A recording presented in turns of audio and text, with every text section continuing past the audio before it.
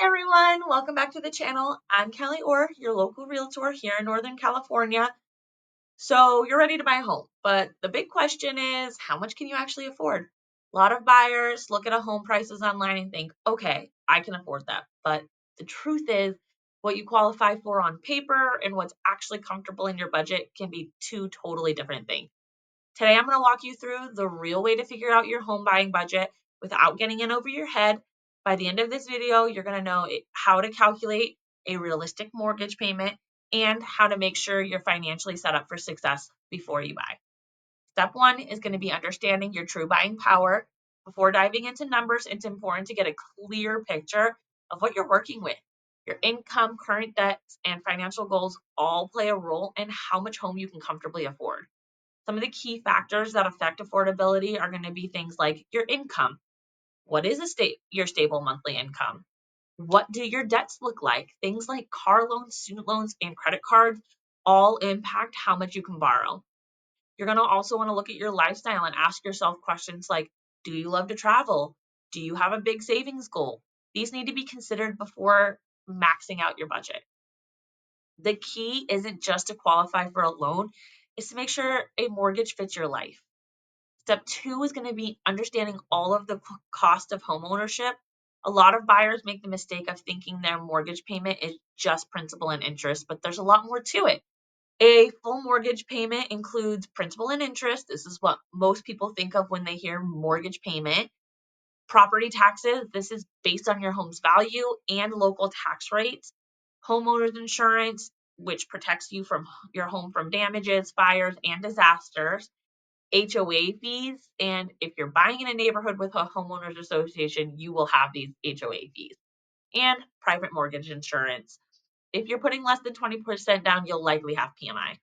All of these costs add up, so a $2,000 mortgage might actually be closer to $2,500 after taxes and insurance fees.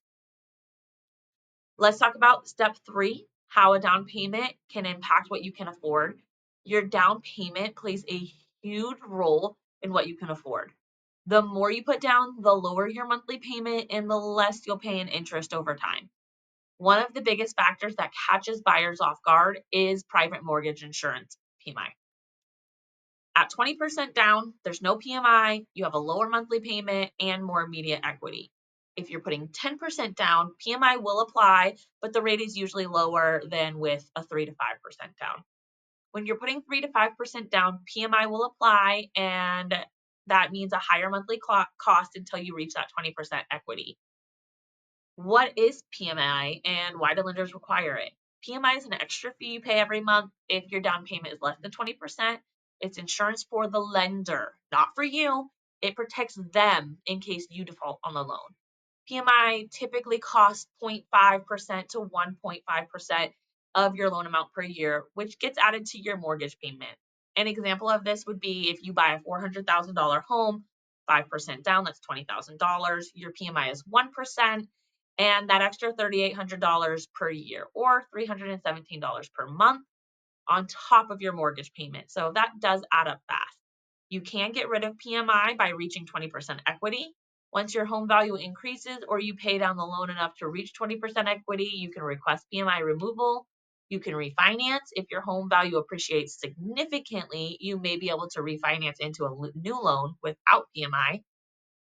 Or pay higher interest rate because some lenders do offer a no PMI option by slightly increasing your interest rate. The bottom line is that PMI is not necessarily a bad thing. It helps buyers with lower down payments get into a home sooner, but you still should factor it into your budget so you're not caught off guard. Step four in the budgeting process is to account for hidden costs of home buying. Home buying isn't just about affording the monthly payment. There are upfront costs that you need to be ready for. Some of those costs are going to include earnest money deposit. This is 1 to 3% of the home's price, and that does go towards your down payment. A home inspection. These are in the ballpark of $500, but they greatly vary based on size, age, and features. They're all used to check the home's condition. In these home inspections, sometimes additional inspections are called for, such as a pest, a roof, an HVAC, solar, or sewer inspection. So we want to be sure we budget for these extra inspections as well. Appraisals, they run $500 to $700 and they are usually required by a lender. Closing costs is 2 to 6% of the home's price, covering loan fees, title fees, and more, depending on how your contract's written. You don't want to forget to budget for moving expenses and immediate repairs. Don't forget about furniture, moving trucks, and small home fixes. Step 5 is going to be looking at what you can comfortably afford versus what the bank says. The big takeaway is just because the bank approves you for a $500,000 loan doesn't mean you should spend that much. You're going to want to ask yourself, will this payment leave room for savings, travel, or emergencies in my budget? Can I still afford this house if my expenses change in the future? Do I want to be house poor, or do I want to enjoy my home and my life?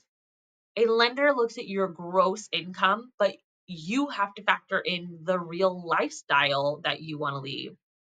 Be realistic about what's comfortable for you. A lender can help you determine the maximum home price that aligns with your desired monthly payment as well. That way you can partner with your realtor and stay within that range. Step 6 is going to be getting a clear picture of your budget. So before you start the house hunting, you're going to want to take 10 minutes and map out your real home budget. This is what you're going to do. Write down your total monthly income after taxes. List your current monthly expenses, car insurance, payments, groceries and subscriptions, savings, etc.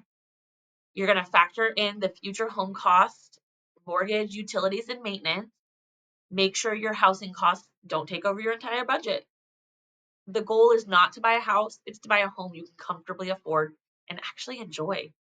Go ahead and call me and I'll happily refer you to a lender who can walk you through the numbers and help you understand your affordability.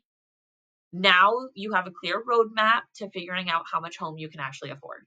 Again, I'm Kallie Orr, your Northern California Realtor. And if you found this helpful, go ahead and hit that like, subscribe, and reminder button for more real estate tips. If you want to buy in Northern California, go ahead and reach out. I'd love to help you. See you in the next video.